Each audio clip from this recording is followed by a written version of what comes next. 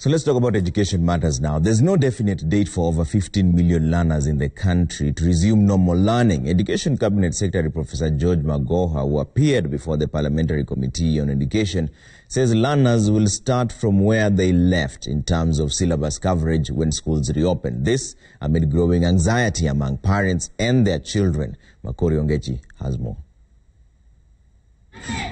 The extended holiday for 15 million learners in the country is far from over.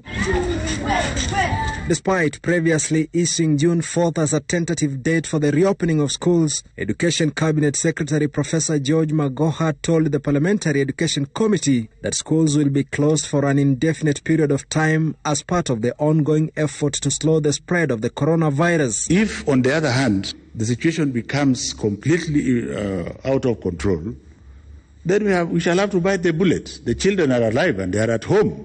So what? They are at home and they are safe and they are alive. And if it means that they have to stay for a year, so be it. It is not only in Kenya where this is happening.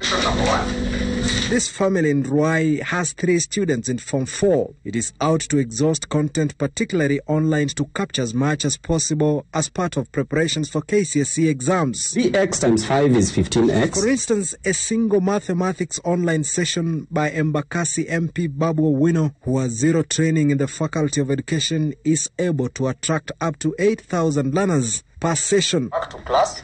The 3 candidates have locked on to the program. Because what is teaching, so they can say, we're not being taught at school, but I'm trying to understand it. And in the desperate times, Education PS Dr. Belio Kipsang is warning that action will be taken against any untrained teachers conducting teaching sessions online. There is Teacher Service Commission, which is a constitutional commission with the responsibility of registering teachers.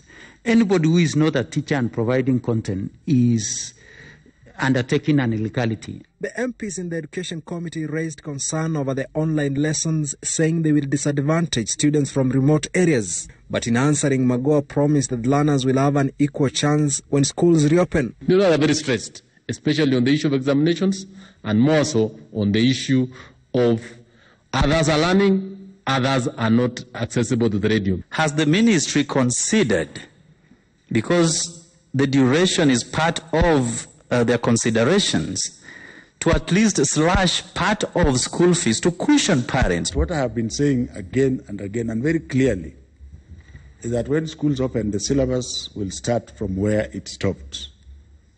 And our teachers are good teachers. The Education CS saying no school, whether public or private, is to charge term fees for second term, and adding that private schools offering online learning can charge what he termed as service fee. 5 meters. Makori Ongechi, Citizen TV.